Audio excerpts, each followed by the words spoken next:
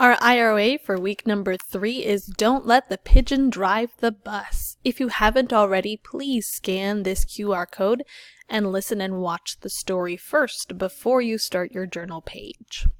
If you have already listened to the story and watched the video, then let's go ahead and start our journal. Your question today says, why shouldn't the pigeon drive the bus? Okay, we've been doing this for 2 weeks, so we're starting to get the hang of making some sentences, but I'm still helping you out with some words to build those sentences.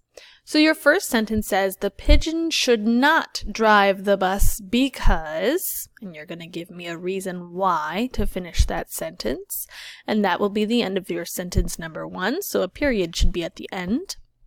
And then your sentence number 2 says, I think blank should drive because. So in this first space, you're going to give me a person or an animal, whatever you think, whoever you think should drive the bus instead of the pigeon. So their name's going to go here.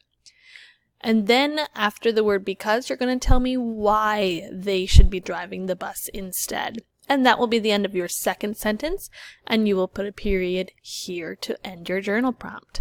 Remember to put your name on the bottom.